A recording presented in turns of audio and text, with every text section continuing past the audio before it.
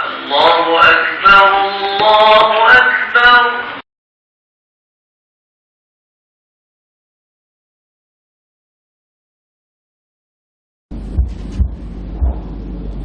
أعوذ بالله من الشيطان الرجيم. بسم الله الرحمن الرحيم.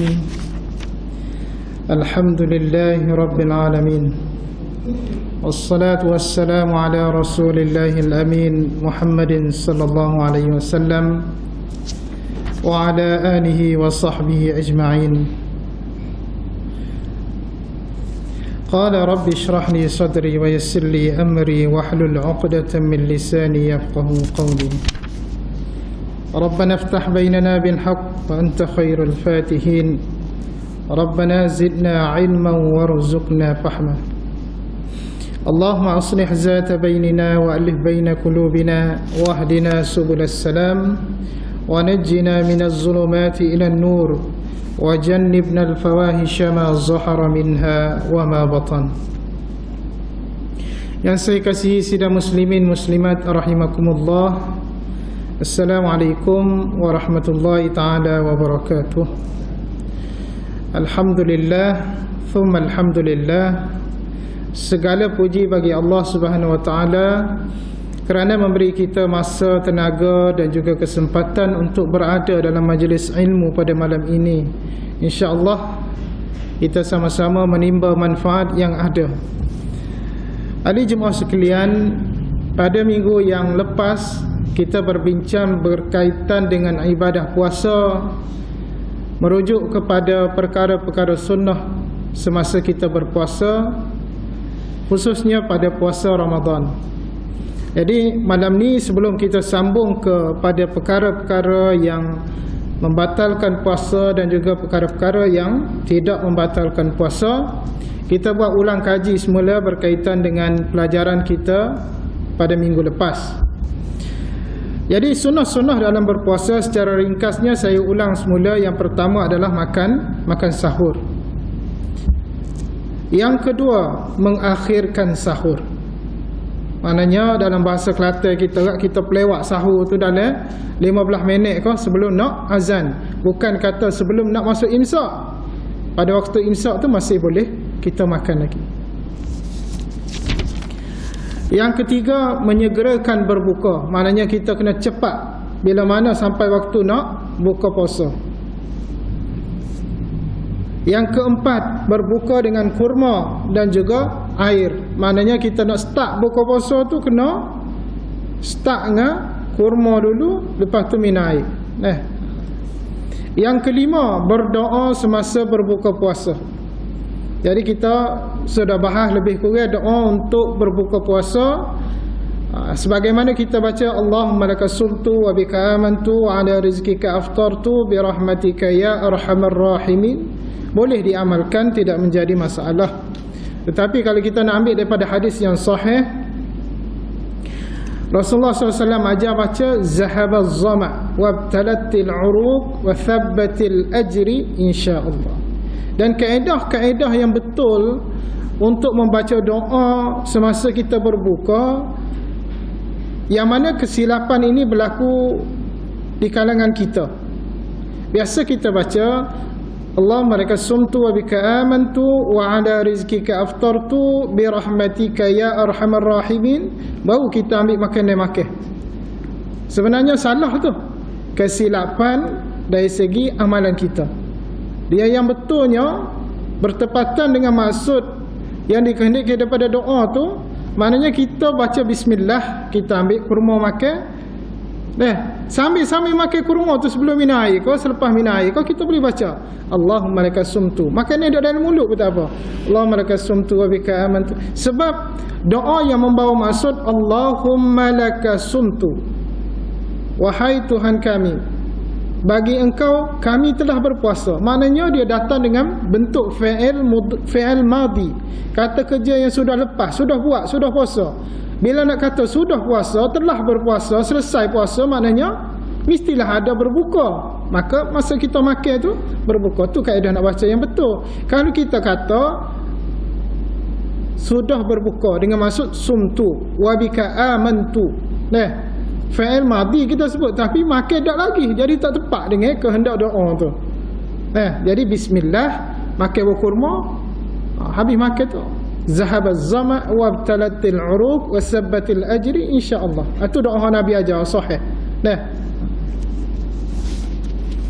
Jangan kata hamba tu ajar tak betul pula. Hak tu lah hak tepat dengan kehendak dia sebenarnya.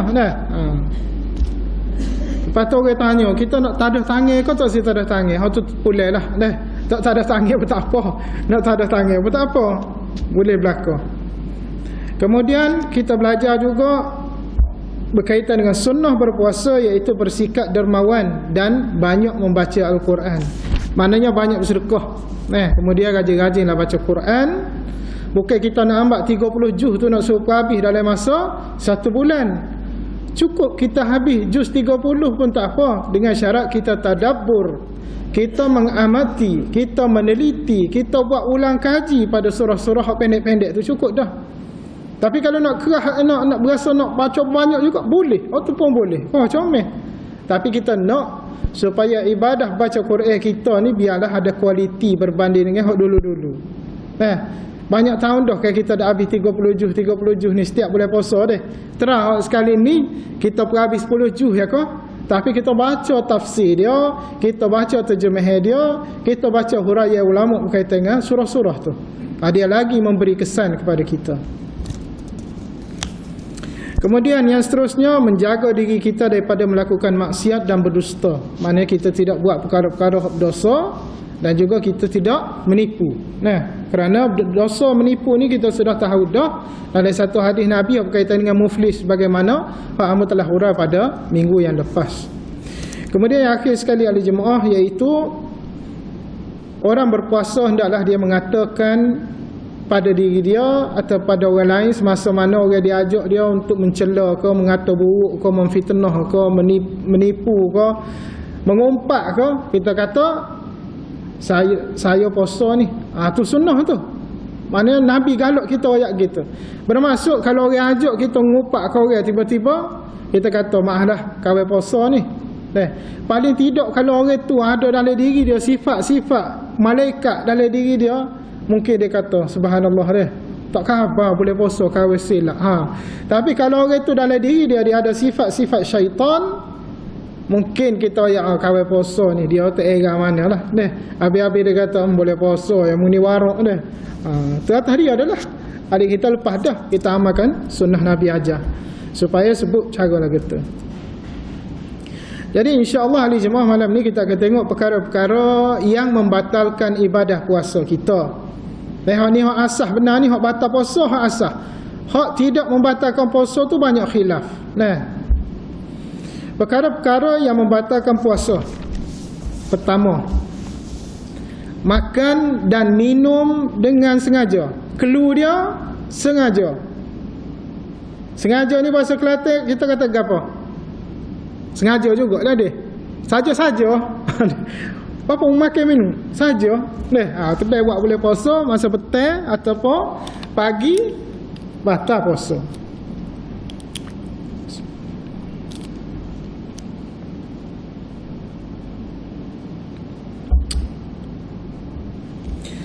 Jadi yang pertama tadi makan minum dengan sengaja.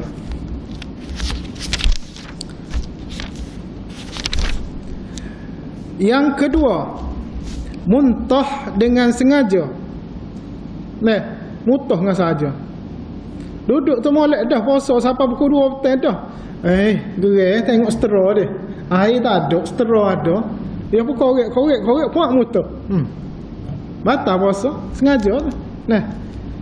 Ataupun sebarang perbuatan yang boleh menyebabkan muntah dengan sengaja. Katakan dia jenis tak tahan bang busuk jambe dia. Dah tahu dah jenis tak tahan bang busuk jambe, pergi masuk juga jambe. Orang kata dah busuk jambe tu. Jangan masuk. Dia masuk sampai muntah. Batal puasa. Lain kalau hok terlibat dengan macam leluh kau gapo pergi hospital dia pun oksigen tu ya, dia boleh menyebabkan mual muntah tu lain cerita dah. Tu kita bahas nanti. Kita tengok kalau ada dah. Yang ketiga, haid dan nifas. Ini special bagi orang teen, haid dan nifas.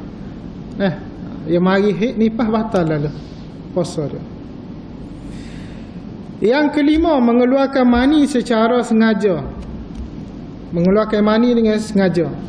Sama ada dia istimta' bil yadi, dia guna tangan dia, kita sebut istilah onani, atau melancap. Dalam bahasa Melayu mudah melancap. Kena faham jelas benda ni. Batal puasa. Ada pandangan ulama agak terpencil, dia kata tak batal. Tapi kita kena pegang ni lah, sebab ni ramai ulama kata batal pasal mengeluarkan mani dengan sengaja. Dia nak guna tangan kau dia tak guna tangan duk dia.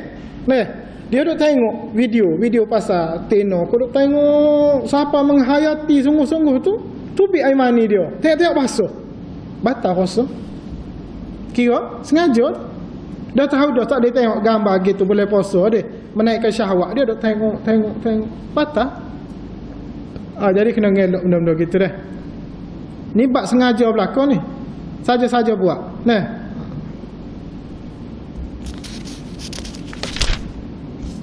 Kemudian yang keenam, niat berbuka. Batal puasa. Dia mari telitah niat. Kawan nak buka puasa. Telitah tu tak buka puasa lagi, tak minum, tak makan lagi.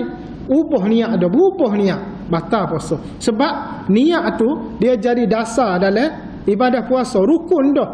Rukun puasa ada dua, niat dan menahan diri daripada makan, minum dan jima. Jadi hak dua perkara ni salah satunya adalah niat. Jadi dia ubah niat, batal puasa. Supaya kita lah semaya. Niat nak semaya dah. Ataupun niat semaya ikut timah. Tengah-tengah semaya tu berasa tak puas hati kata imam ni baca tak sedap. Mufarakah dah, kita terpisah dah lah. Kalau niat nak batal semaya, batal dah lah. Jangan main dalam bab ibadah ni, dia lah gitu. Jadi kalau niat nak buka tu kira batal puasa. Ini adalah pendapat Imam Syafi'i dan pendapat Imam Ahmad bin Hanbal, mazhab Hanbali sekali. Kemudian yang seterusnya, yang akhir sekali, riddah, keluar daripada Islam ataupun kita kata murtad. Orang murtad batal puasa dia. Tapi kewajipan puasa atas dia tetap berlangsung seperti biasa. 10 tahun ke 20 tahun ke dia dah masuk ajaran lain, agama lain deh. Selagi itulah benda tu jadi wajib atas dia. Dosa atas pada dia. Tu tak si murtad tu. Baik, itu adalah perkara-perkara yang membatalkan puasa. Kemudian kita tengok perkara yang tidak membatalkan puasa, yang mana menjadi kemusykilan ataupun menjadi kita kata perkara yang confuse di kalangan kita. Dan pendapat ulama pun pelbagai dalam isu ni, tapi saya ambil ni berdasarkan pendapat ulama kita di Malaysia lah. Pertama, ahli jemaah sekalian, hukum mencabut gigi di siang hari bulan Ramadan. Cabut gigi siang hari ataupun pada waktu pagi lah, masa kita puasa pada bulan Ramadan, tidak membatalkan puasa. Lepas tu, lagu mana tu ustaz? Doktor Gi tu, kita pergi kat doktor tu, dia cocok. Kan dia sering dia tu, syringe dia. Dia injek di gusi. Tak batal ke? Tak batal injek di gusi. Sebab gusi tu bukan rongga. Daging.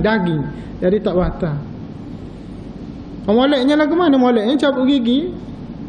Lepas buka lah. Pergi carilah klinik gigi yang mana buka dia. Waktu kan habis buka puasa tu, lepas maghrib kita pergi cari klinik gigi ada buka, rezeki lah. Tapi rasa duk klinik gigi, doktor gigi pun nak pergi mai tarawih juga cerit ni dia. Dia pun letih habis tarawih tak buka dah klinik giginya. Kecuali kalau tak silap ambo di Saudi, kalau boleh puasa malam pun serupa, Saudi pun tutup juga. Dia pagi pun buka, pukul 10 11 baru buka. Jabat dia pun gitu sebab musim tu banyak musim cuti bagi dia, sekolah-sekolah pun cuti. Jadi kalau cabut gigi pada siang hari ataupun pada semasa kita berpuasa waktu pagi, kau tak batal puasa. Kemudian seterusnya, ahli jemaah sekalian, mandi wajib ataupun kita angkat hadas besar, junub, kita berjunub. Mandi wajib selepas masuk waktu subuh di bulan puasa. Subuh habis dah. Katakan pukul berapa? Pukul 7.30, pukul 8 baru sedar dia. Malah jumpa dengan bini duk main kerja tengah laut ni deh 3 minggu tak jumpa. Jumpa tu orang kata pakar sungguh dalam dia malam tu. Boleh puasa pakar-pakar lebih. Neh. Ke dalam Quran ayat ke apa ni? Uhilla lakum lailatus siyami rafas ila nisaikum. Dihalalkan bagi kita untuk menggauli yakni jima isteri kita pada malam berpuasa. Maknanya pada malam bulan puasa. Malam boleh dah. Kita pun iyalah kita sayang ke bini kita pakar-pakar sungguh. Pagi esok tu sedang sau-sau pun duk subuh pun terlepas. Pukul 8 pagi orang kata subuh gajah. Hari puasa kita tetap sah. Perbuatan tu makruh lah kerana kita tak sedar sebab dikira kita lupa dan lalai lah. Sebab Allah Subhanahu Wa Taala ada satu hadis yang mana bagi orang yang lupa dan juga orang yang tertidur ni Allah mengangkat qalam daripada mereka, maknanya tak ambil hukum atas apa-apa ni. Kecuali bila dia sedar. Kalau bab qada kena qada lah kalau bila dia sedar. Kalau gila, ada sekali sokih tu di satu masjid tu. Amuk jadi makmum. Cerita ni 2-3 tahun lepas belum Covid. Kita tengok dia pakai seluar tu pelik dah. Dia masuk masjid apa? Bila qomat dia pun gaduh mai daripada belakang jadi tok email lalu. Kita pun rasa pelik tapi kerana ahli jemaah kampung tu macam tak ada gapo, macam okey deh. Semaya betul sah kita pun depan jugalah. Apa tengah semaya nampak dia speak laju Al-Fatihah tu kita ihdinas siratal mustaqim tu dia sujud dah. Dia rokok dah. Sudah lain ni berasa dah. Tapi tak apa, mungkin kita faham apa ni masbuk muafiq lagu mana berapa rukun kita tak boleh tinggal apa kita mana kita buat tu biar dia kecap dengan dia. Kita bangga pada. Cuma dia laju dah tapi kita kira okeylah laju mungkin pacing dia kita kata bagi hamba lah. Mana hamba tak tahu orang lain tu. Bila selesai semua gapo, wirid pendek gapo, lepas tu doa, lepas tu dia bangun, pergi naik atas mimbar. Naik atas mimbar tu yang marah kau orang kampung. Sudah hamba kata ya dah lah. Bagi tu steering. Yang marah kau orang kampung, bela-bela tu you turun ngepek tubik lah dia. Orang kampung duk senyap berlakon ni. Ni nak ayat dah. Tiba-tiba terimeh masjid tu. Terimeh petai dah, terimeh rawatib kita sebut dah. Dia apa? Ajak semua kita semaya belakon dia tu. Kita semaya semula belakon dah. Dia suruh tak bila qomat apa. Ambo nak bersuara tak berani. Ambo pun duduk belakang lah. Ambo tak semaya. Ambo tak semaya kali kedua tu. Ambo duduk belakang. Ni nak cerita orang gila kata sabit dengan hadis tadi. Ambo duduk belakang. Selesai semaya ke apa moga ambo ada kenal dengan orang depan ni 2-3 orang ni.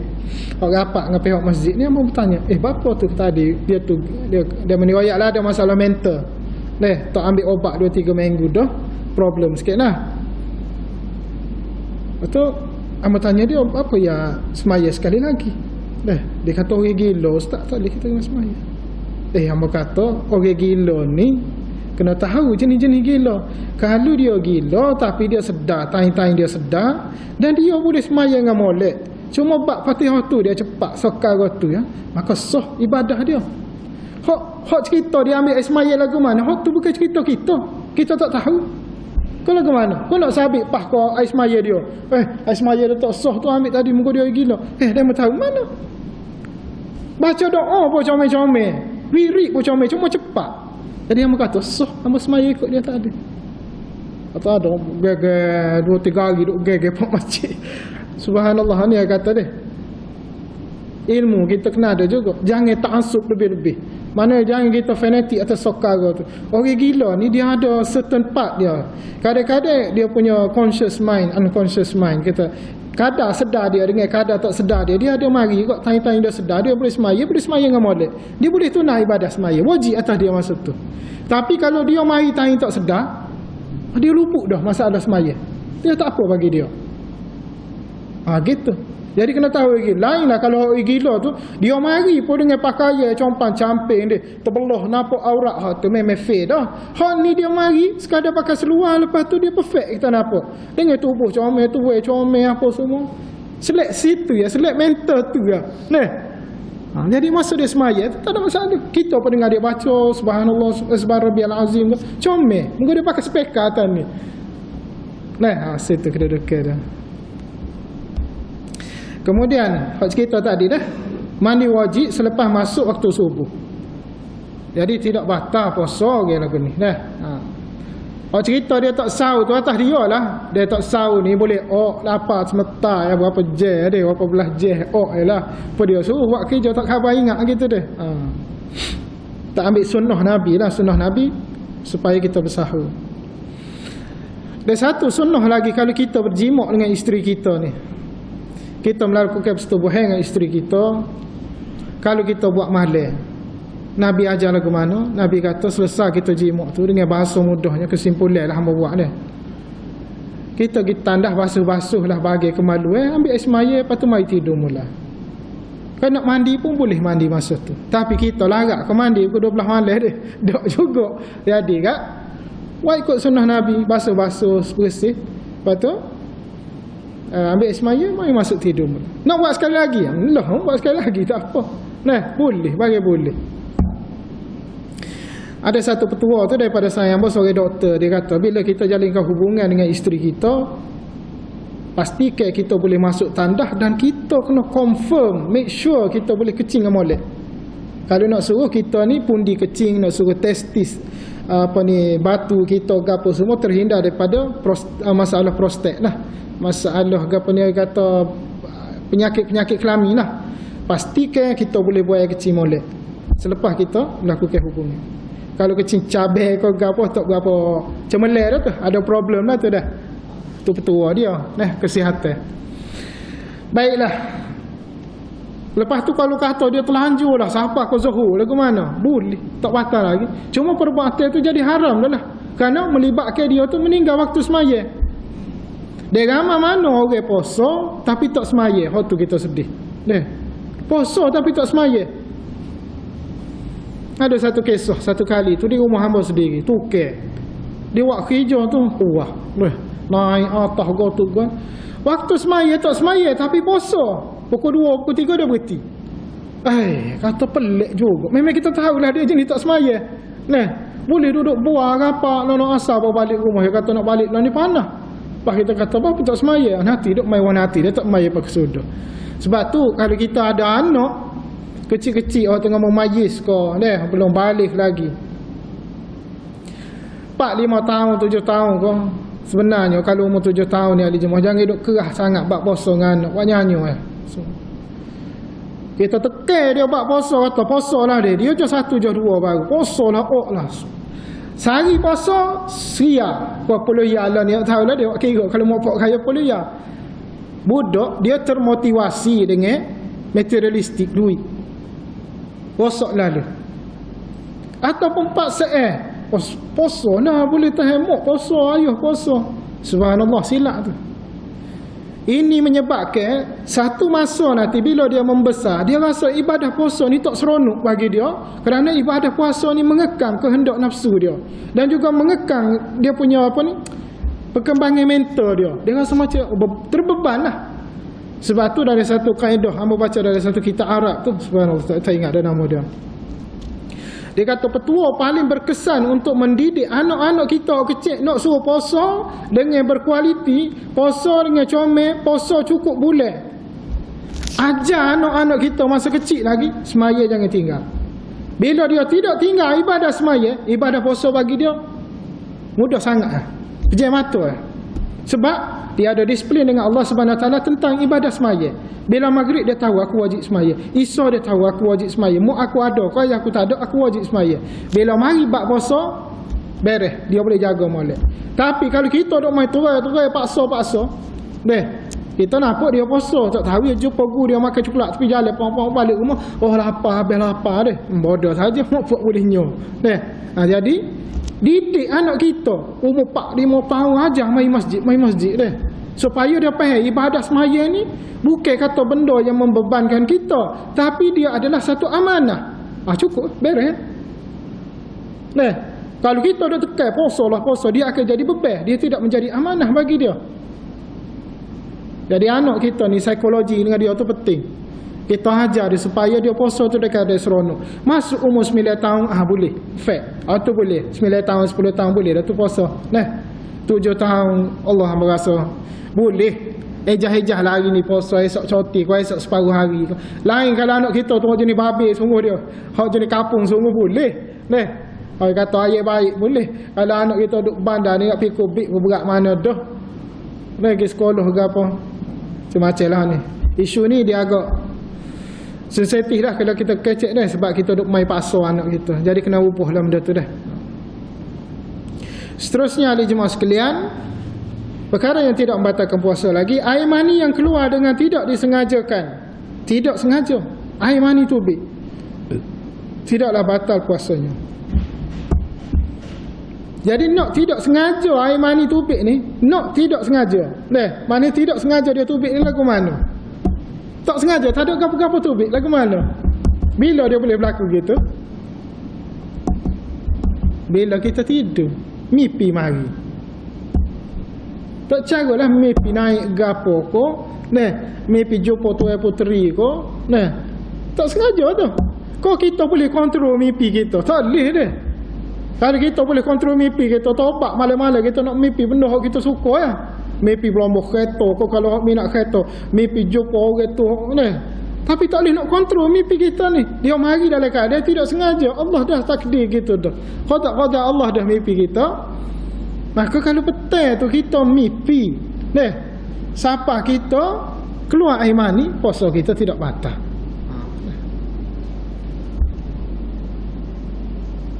Dia ada satu kisah hari tu, dia kata dia klaim dia ulama lah, dia mimpi jumpa Nabi petang hari boleh puasa dalam masjid, dia tidur dalam masjid, mimpi jumpa Nabi. Oh ni kelah biasa ni. Tapi bukan di Malaysia lah, Indonesia tu Islam tu. Lepas tu dia kata dia jumpa mimpi Nabi, Nabi royak dia kena buka puasa awal berlaku. Dia pun royak, orang masjid tu pun buka puasa awal 3 hari tu. Dia betapa ta'assubnya, tak guna landasan Quran hadis, duk main wah mimpi ya. Nauzubillah, fitnah akhir zaman berlaku. Jadi otak jadi beku, tak cerdik belakang kalau dia bak mimpi ni. Buh ya, malah kawan mimpi jumpa Nabi. Selok lalu orang tak nak kata apa. Sebab buah Nabi ada kan. Ayat kata Nabi tak ada tak lawan. Nak kata mimpi jumpa Nabi, tengok tuai dululah. Kalau tuai tu molek, amal ibadah cukup, orang pun dihormati. Insya-Allah. Tapi orang ramai jumpa Nabi ni kebanyakannya tidak cerita kau yang mudah-mudah gitulah. Hak cerita ni bagi karut lah. Bagi stesen tak apa betul, ataupun dia ada satu kepentingan dia kepada orang tersebut. Kerana orang ramai dia ada kepentingan, dia boleh royak. Seterusnya ahli jemaah sekalian, hukum suntikan injection melalui urat ketika berpuasa. Injek melalui urat masa puasa tak batal puasa. Injek ataupun kita kata macam buat masuk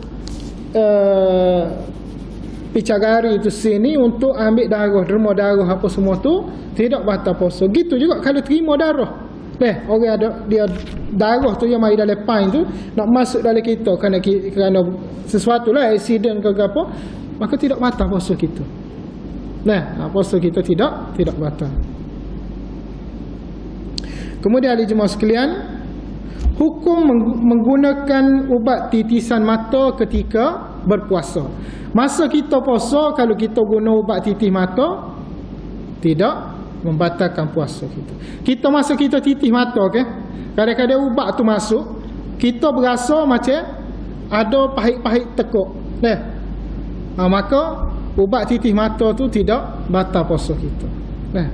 Kadang-kadang ada setengah orang kata, masa-masa kita sekolah dululah, ustaz kita kata tak boleh batal puasa tu sebab ni masuk air dalam mata tu, jadi air tu lalu kot dalam tekuk kita, gapo batal puasa? Dah, dia tak batal.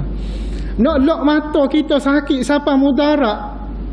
Lepas tu kalau pun titis mata batal, kata benda tu ialah zalim lah, nyanyi kau yang sakit mata. Jadi tidak membatalkan puasa kita, sama ada guna aimo ke, optrek tu jenis kita buh ubat tu cair dia dalam pada botol dia tu kan. Lepas tu kita seluk mata kita tak batal. Okey. Seterusnya ahli jemaah sekalian, memakai lipstick semasa berpuasa, lipstick ataupun gincu, lecu. Bagi orang tino, kalau orang jatuh nak pakai pun tak apa. Jadi pondek lah. Lepas tu bila pondek ni Allah tak suka. Nabi perayak jangan menyerupai perempuan. Lelaki menyerupai perempuan atau perempuan menyerupai lelaki. Mutarajjilan wal mutakhannisa. Tu Allah larang tu. Allah laknat. Jadi kalau pakai lecu bagi isteri kita, anak perempuan kita, maka benda tu dibolehkan dan tidak batal puasa. Kecuali lah kalau dia pakai tu tebal sangat, lepas tu dia geser-geser dia tertelai ke, tu mungkin boleh membatalkan puasa dia lah. Seterusnya ahli jemaah sekalian,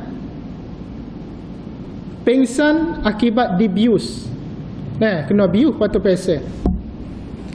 Sini ada khilaf ulama lah perbezaan sikit. Sekiranya bius tu pengsan keseluruhan hari puasa, maka puasanya batal dan tidak sah. Maknanya keseluruhan hari puasa, pagi sampai ke siang hari, maka batal puasa dia. Kemudian dibius atau pengsan separuh hari, maknanya daripada pagi sedar pada waktu zawal, maknanya tengah hari itu ke, ataupun sebelum masuk sampai ke rapat asar ni, maka tidak batal. Ini pendapat daripada Imam An-Nawawi rahimahullah. Sebab bab biuh ni kita berasa macam satu teknologi moden. Biuh ni zaman dulu ada dah. Ulama-ulama dulu pun pak terlibat dengan kita kata ilmu kedoktoran ni, mereka sudah buat dah. Bab biuh ni. Kalau besok kena biuh dia tahu dah lagu mana dia. Dia biasanya pakar biuh ni dia cocok, lepas tu dia tolaklah pergi ke bilik nak operate ke apa tu, dia suruh kita bil. Bila 1 sampai 10 kita bila 1, 2, 3, 4 sampai 5 ni duk kecek ke lain dah. Dia confirm lah, dia kata boleh dah tu. Kemudian penggunaan inhaler ketika berpuasa. Bila puasa kita guna inhaler hak bahari seduk tu untuk orang hak penyakit asma. Kalau sekitar 2013 ahli jemaah sekalian, kalau tak silap saya, dia ada perbezaan pendapat. Kalau tak silap Allahumma salli fatwa daripada Terengganu dia kira salah satu inhaler tu boleh menyebabkan batal. Amba tak ingat nebulizer ke hak mana sah, hak ada debu tu. Kerana dia kira debu tu masuk, dia boleh sapa ke perut maidah ni. So lagi dia kata tak apa. Tapi bila fatwa Jakim Bersideh 2015 kalau tak silap, 2-3 tahun lepas pada tu, boleh cek mulalah. Dia kira semua inhaler, sama ada nebulizer ke atau inhaler lagu mana sekalipun, tidak membatalkan puasa. Tapi kalau fatwa kalau di hospital UPM Serdang, dia ada satu clause fatwa dia guna tu, dia kata inhaler tu membatalkan puasa. Amba pernah tengoklah kandungan dia tu. Tapi amba lebih berpegang dengan pendapat hak kata tidak membatalkan puasa. Maknanya kalau kita ada anak beranak halal, kita boleh dia guna pakam dia tu, dan dia tidak batal puasa dia. Malah dia memberi kekuatan dia. Dia boleh nyawang dengan molek. Boleh teruskan puasa dia. Kalau nak kira nak batal semua nyanyolah ke dia. Dia mentah-mentah batal nyanyo ke dia. Tak moga benda tu kalau dia guna, kemungkinan esok dia mai delah pula dia nak guna pula. Jadi 3-4 hari batal tu, ai kata ruh Ramadan tu tak sampai ke dia. Semangat nak menjalani ibadah puasa tu. Seterusnya, tersalah berbuka puasa awal kerana azan di radio. Salah buka puasa awal kerana dengar azan di radio. Moga dia nak pasal radio ni, nak pasal radio Kelantan. Selama ni tak pernah pasal radio dia. Pasal-pasal kena radio Kota Kinabalu. Awal 15 minit ni, 20 minit. Bunyi radio tu best selalu. Makan nasi selalu dia. Lagu mana puasa dia? Ada 2 pandangan ulama. Satu pandangan daripada mazhab Imam Syafi'i dan ulama Zahiri kata tidak batal. Sebahagian daripada Syafi'i. Maknanya ada bahagian lain pun dari Syafi'i kata, bahagian lain daripada pendapat Syafi'i kata batal dan wajib qadha. Jadi confuse dua ni. Jadi confuse lagu mana? Khilafiyah. Umurul khilafiyah, perkara khilaf, kita boleh pilih lah. Pilihlah ke mana nak tahu kena qada batal ke tak batal. Kena tengok kita tu. Kalau memang kita tu jahil sungguh, mana kita tidak tahu dah. Jahil di sini tidak tahu. Kita terbuka tu memang kita yakin dah tu Kelantan. Rupa-rupanya radio Kota Kinabalu. Maka ambil lah pandangan pertama, iaitu tidak batal. Tapi kalau kita ni jenis terbolah seorang mudah, pakai pasal, ayalah dah tu. Tu terbolah, tu kira batal. Ya, kena pakai kaedah tu juga. Kena ada sandaran kepada diri kita tu. Cara macam mana kita interaksi dengan benda tu. Seterusnya, baca ringkasan lah ni dah. Berkaitan dengan perubatan. Spray dalam mulut tak batal puasa dah. Homo tak batal puasa. Homo gapo, Listerine ke gapo, semua tak batal puasa. Hysteroscopy masuk alat-alat dalam rahim perempuan tu, nak tengok rahim dia jatuh kodok tu tak batal. Dia solo masuk dalam ikut faraj tu tak batal. Biopsi, nak ambil sel-sel tubuh kita, daging cobek ke, biopsi. Lepas tu ureteroscope, tetrik. Okey. Hak masuk wayar dalam kemaluan zakar ke, nak suruh boleh kecing tu masuk tak batal puasa. Kalau tak biasa kena lagi tak boleh rasa lah lepas ni dah. Amang buka biasa dengan misi. Ada misi tu pernah cerita Kambo dulu. Ada satu kes tu, dia ni segar, tapi dia ada problem tak boleh nak kecing dengan molek. Jadi sebelum doktor beri ubat, sebelum nak tahu efek ubat tu dalam berapa jam, dia masih tak boleh kecing lagi. Jadi misi pun masuk katetiskop apa tu. Nama dia wayar tu. Wayar tu halus pada ni lagi. Halus cik. Ali jemaah nak ayat bui, biasa rasa pedih tak? Kalau kita berasa pedih kena pisah dia. Kalau dia yang masuk got tu, pedih lebih pada pisah, beratus kali pedih. Misi pernah ayat Kambo, dia kata, zakar kalau kata biasa tegar, dia masuk got tu, keluk masuk ke dalam daging, masuk dah. Siapa misi kena pergi pala tu yang dia kata pergi pala masuk. Nak tahu sakit kedok boleh teralah nanti. 2012 hari tu jadi satu sampel untuk seorang pakar doktor gastro. Gastro ni bahagian dia cek gastrik ke apa semua. Jadi 2 minggu hamba jadi sampel kepada dia. Bolehlah dia bayar berapa ratus, pak kita kena ikut dia punya treatment dia. Hamba pernah dimasuk ke stetoskop dah. Endoskop dalam mulut. Endoskop ni dia besar, dia sama besar dengan batal maka tu. Dia masuk. Jadi siapa ke esophagus kita ni, siapa ke usus kecil, usus besar boleh tengok belakang. Jadi kita tengok di TV tu kamera dia masuk. Dia pun tarik, dia kona. Berasalah perut kita ni ada benda kanan kiri.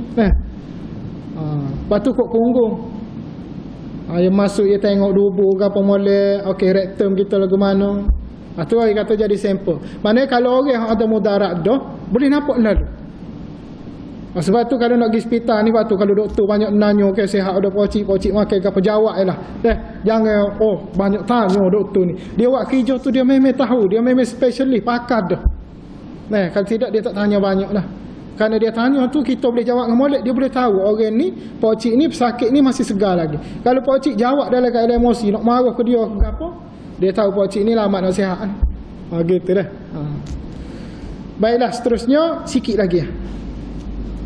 Ubat titih mata, titih telinga, titih hidung tak batal. Last sekali ubat GTN. Ubat GTN ni bagi orang yang ada masalah jantung.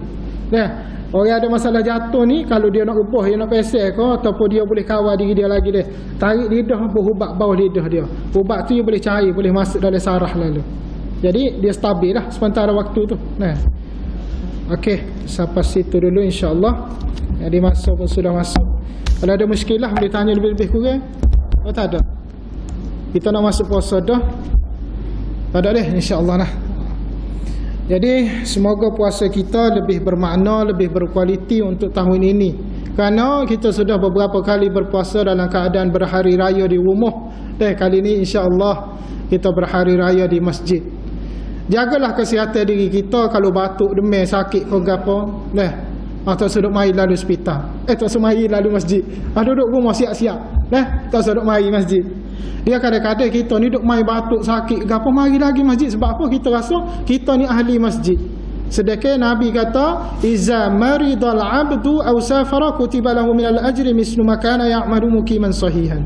Siapa-siapa hak memang biasa mai masjid dah, bertahun-tahun mai masjid, tiba-tiba dia sakit hari tu, dia pun tak mai masjid, dia duduk rumah dia, duduk atas katil di rumah dia, kau duduk katil hospital, kau tak boleh mai semaya masjid, dia semaya atas katil rumah, semaya atas katil hospital. Allah Subhanahu Wa Taala tetap beri pahala serupa 27 darjah sebagaimana dia mai di masjid.